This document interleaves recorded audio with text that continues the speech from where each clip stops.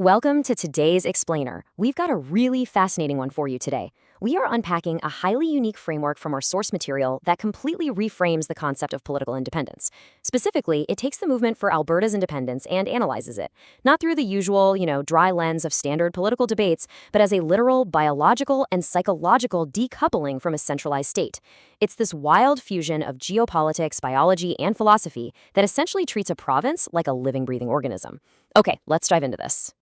Here's our roadmap for today. We'll start with the new independence framework, move into the anatomy of a sovereign community, explore breaking the four barriers, look at the phased transition, and finally wrap things up with freeing the mind. Section 1, a new independence framework. Now, what's really interesting about this is the massive paradigm shift the source material introduces right out of the gate. It argues that true independence isn't about your standard political grievances.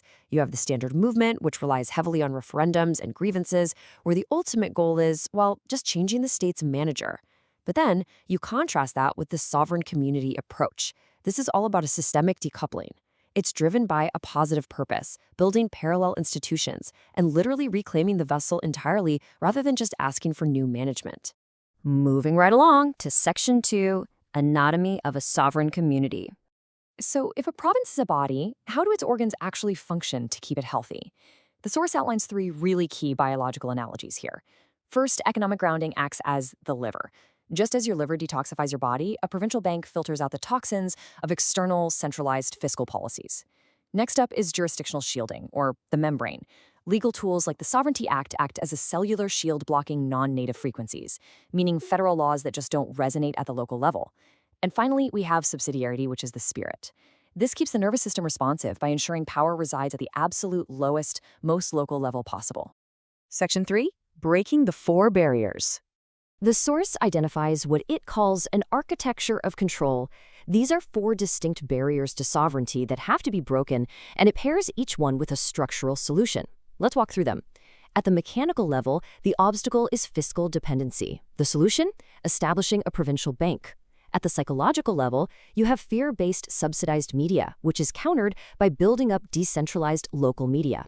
Biologically, federal mandates are blocked by asserting 100% resource sovereignty. And finally, spiritually, the obstacle of learned helplessness is solved through cultural education that actively celebrates self-reliance. It's like a giant puzzle where every piece has a specific countermove. Section 4, the phase transition. Up until now, we've been talking about macro-level institutions, right? But here, the narrative shifts entirely to the micro level, to the individual citizen. The text brings up the crab-in-the-bucket effect, where internal fears within a group actively pull down any attempts at true independence, which leads to a really pivotal question for us to think about. Can a community achieve political independence if the individuals within it haven't actually done the sovereignty work on themselves? If the population is psychologically dependent on a central system, the source argues the answer is a resounding no. So the crucial point is beautifully encapsulated in this ancient hermetic principle quoted in the text. As above, so below, as within, so without. The argument here is incredibly profound. It posits that the political border of a province is merely the outer manifestation of the inner state of its population. Think about it. You simply cannot build a sovereign nation made up of psychologically dependent individuals, just like you can't have a healthy body made up of diseased cells. The political movement absolutely has to start with individual psychology. To explain exactly how individual psychology scales up to create a whole new nation, the source brings in two fascinating scientific concepts. The first is phase transition. Think of water turning to steam. The system doesn't change one molecule at a time, right? It reaches a specific energy state and then shifts all at once. The second is biologist Rupert Sheldrake's theory of morphic resonance. The text suggests that as individuals clear their own mental interference and become truly self-reliant, they transmit a new frequency. They essentially create a sovereignty field, making it exponentially easier for the rest of the population to just naturally adopt that exact same independent behavior. But you might be wondering, how many people do you actually need to trigger this massive shift? According to the source material, which draws on sociological research from places like Rensselaer Polytechnic Institute, the magic number is just 10%. Yeah, 10%. If just 10% of a population holds an unshakable belief in their own sovereignty, that belief will eventually and inevitably be adopted by the majority. It is a really powerful reminder of the massive leverage that a small, hyper-focused group of individuals can have on an entire macro system. Section 5. Freeing the mind. This is where the mechanical laws meet spiritual energy, the ultimate yes and of evolution. Because look, without an energetic psychological shift, building new banks is literally just rearranging the furniture in a cage. And this brilliantly illustrates the point. The text summarizes this entire biosovereignty framework using an unexpected quote from funk legend George Clinton: "Free your mind, and your ass will follow." Now, I know it sounds like a catchy dance floor mantra, but the source breaks down why this is actually a profound geopolitical truth. The framework explains that there is a strict hierarchy to reality. The mind represents the cause, your consciousness, your beliefs, your internal frequency.